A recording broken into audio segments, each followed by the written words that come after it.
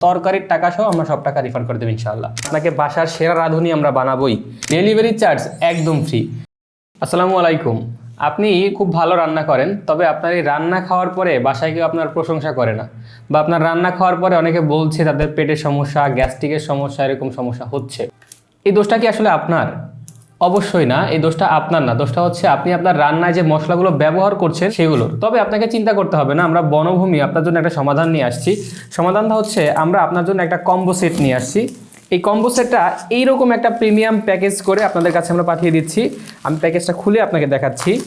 এত সুন্দরভাবে আমরা প্যাকেজ করছি এই জন্যই, কারণ আমরা কুরিয়ারে পাঠাই। কুরিয়ারে অনেক সময় দেখা যাচ্ছে যে তারা খুব জোরে এই প্রোডাক্টগুলো এক জায়গা থেকে অন্য জায়গায় ফেলে, যার জন্যই আমরা এটাকে এত সুন্দর করে র্যাপিং করে এভাবে একটা পলি দিয়ে তারপরে পাঠাচ্ছি।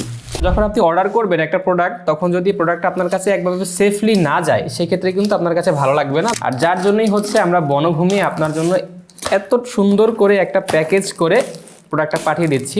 ঠিক এইভাবেই একটা প্যাকেজ আপনার হাতে পৌঁছে যাবে। মাশাআল্লাহ, দেখছেন কত সুন্দরভাবে আমরা এখানেও একটা ঢাকনা দিয়ে দিচ্ছি যাতে ক্যাপের উপরে কোনো সমস্যা না হয়।